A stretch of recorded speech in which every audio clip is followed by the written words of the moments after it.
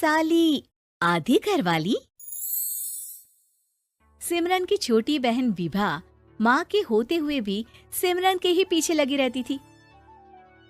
सिमरन, आ गई हो तो इसे खाना खिला दो। बोल रही है तुम जब तक नहीं खाओगी ये भी नहीं खाएगी।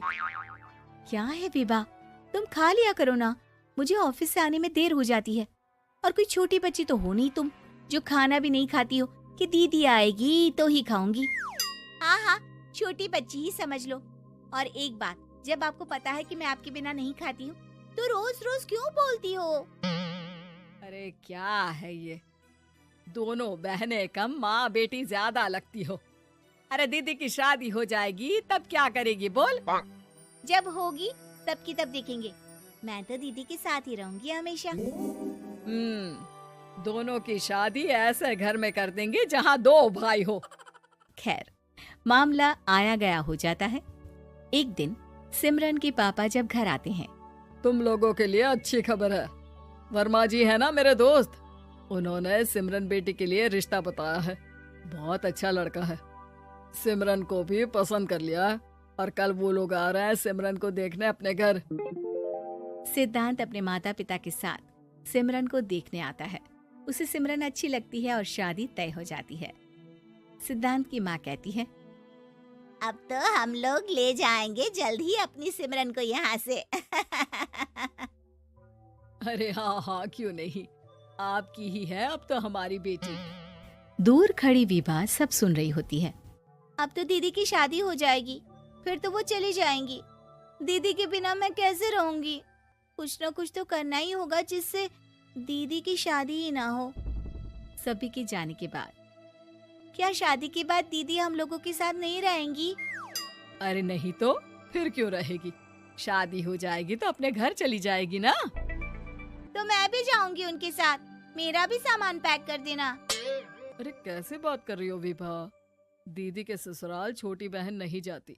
हाँ, कभी कभी जाकर मिलाना और रोज फोन पर भी बात कर लेना, ठीक है? नहीं पापा, आप तो जानते हैं मैं दीदी के बिना खाना भी नहीं खाती, ना ही मुझे उनके बिना नींद आती है। सिमरन बहन की बात सुनकर इमोशनल हो जाती है। अगले दिन से विभा खाना खाना छोड़ देती है। लोगों के लाख समझाने के बाद भी विभा ना खाती है ना ही सोती है। अंत में हार मानकर सिमरन सिद्धांत से मिलती है। सिद्धांत, मेरे मम्मी पापा ने बचपन से ही विभा और मुझे साथ रखा। वो मुझसे बहुत जुड़ी है। मुझे उसकी टेंशन रहेगी शादी के बाद, क्योंकि वो मेरे बिना नहीं रह सकती है। अरे ये तो छोटी सी बात है, वो हम लोगों के साथ हमारे घर में रह सकती है। जब उसकी अकल आ जाएगी या वो समझ जाएगी कि तुम्हारा घर वो नहीं बल्कि ये है, तो हम उसे घर छोड़ आएंगे, ठीक है? सिमरन खुश हो जाती है क्योंकि वो यही चाहती थी। वो माँ पिता से बात कर लेती है। अरे कैसी बात कर रही हो सिमरन, भला बेटी के ससुराल में हम छोटी बहन को कैसे भेज दे? जमाना क्या कहेगा? अरे तो पागल हो गया है, मना कर दे। इस शादी में इन लोगों का तो ये चलता ही रहेगा। कभी बहन यहाँ आ रही है, कभी वो बहन के पास जा रही है। अरे शादी हो रही है, कोई मजाक थोड़ी ना हो रहा है ना बाबा ना। माँ कैसी बात कर रही हो, सिमरन से मैं जुड़ाव महसूस कर रहा हूँ और इतनी सी बात के लिए इतनी अच्छी लड़की को कैसे छोड़ सकता हूँ? सिद्धांत की भी जिद होती है कि वो सिर्फ सिमरन से ही शादी करेगा, और होता भी वैसा ही है। सिद्धांत और सिमरन की शादी हो जाती है और दहेज में आ जाती है विभा। शादी के बाद बुआ सास कहती है, अरे माँ ना, साली आधी घर वाली होती है, लेकिन ये क्या, तुम तो उसे घर ही ले आए। तभी चाची कहती है, सिद्धांत को तो हम लोगों ने सीधा समझा था, लेकिन सबसे तेज तो यही निकला। अरे देखो कैसे दहेज तो नहीं लिया, लेकिन साली पर कब्जा कर लिया। सिद्धांत ने इस और तो सोचा ही नहीं था, लोग उन लोगों के बारे में ऐसी भी बात करेंगे। वो वहाँ से चला जाता है और चुपचाप अपने कमरे में लेट जाता है। क्या हुआ सिद्धांत, तुम अचानक से परेशान हो गए, कोई बात है क्या? अरे नहीं नहीं, वो थक गया था ना, शादी की सारी तैयारी और रस्मों के बीच, सोच रहा हूँ थोड़ा आराम कर लूं। हाँ ठीक है, आप लेट जाइए, मैं विभा का बेड लगा देती हूँ जमीन पर। क्या? वो यहाँ सोएगी?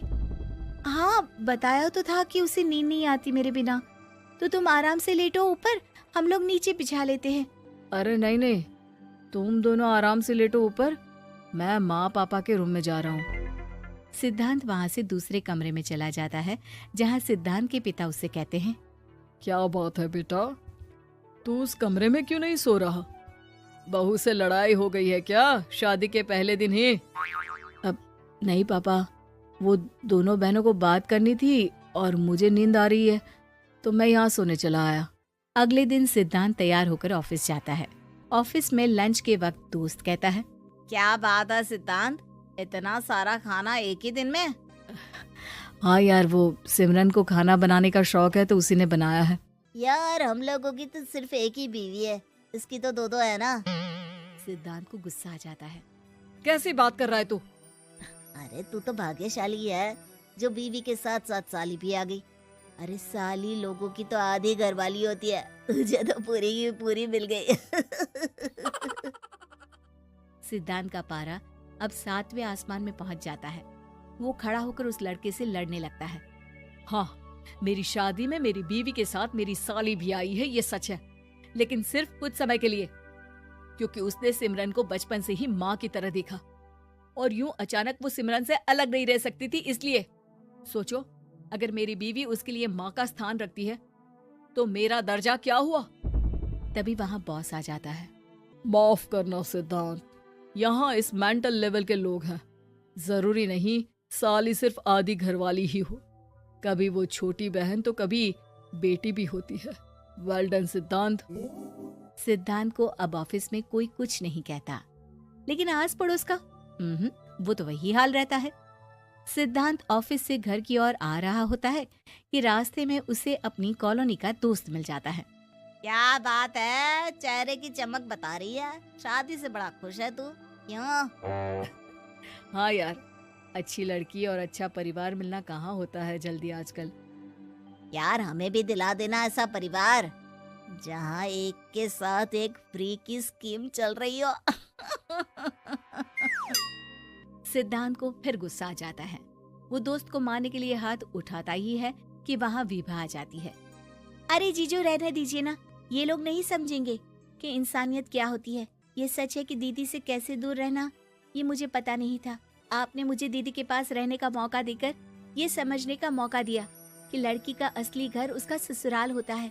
मैं समझ चुकी हूँ, मैं जा रही हूँ जीजू, लेकिन मैं खुश हूँ कि आपने मुझे अपनी छोटी बहन समझा। सभी उन लोगों को देखकर ताली बजाने लगते हैं। विभा अपने घर चली जाती है और सिद्धांत खुशी खुशी सिमरन के साथ रहने लगता है।